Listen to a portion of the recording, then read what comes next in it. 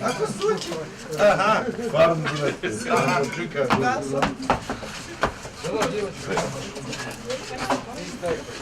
Ну, боюсь поздравить. Здрасте. Всем с новосельем вас. Да. Вот метод отдел наш. Сейчас А у вас покажу тут учебный класс. какие-то учебные, Сейчас да? покажу. Сейчас учебный класс поднимемся. Наш учебный центр по обучению водителей, сотрудников служб, Оказание первой помощи, да?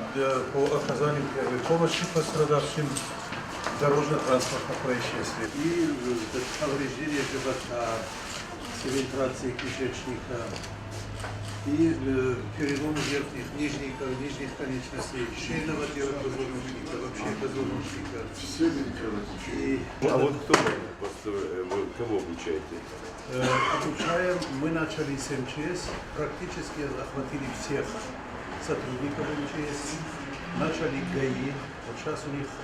То есть что оказывается в первую очередь на месте происшествия? Кто оказывается первыми на месте дорожно-транспортного Ну или происшествия, какого-то, это да, гаишники в чрезвычайной основном. ситуации. Да.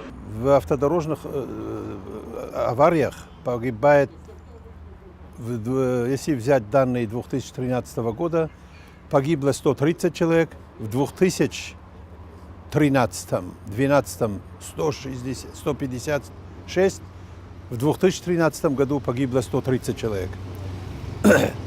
Я думаю, что здесь хвалиться особо нечем, но можно уже, как бы сказать, осторожно, что погибло на 26 человек меньше.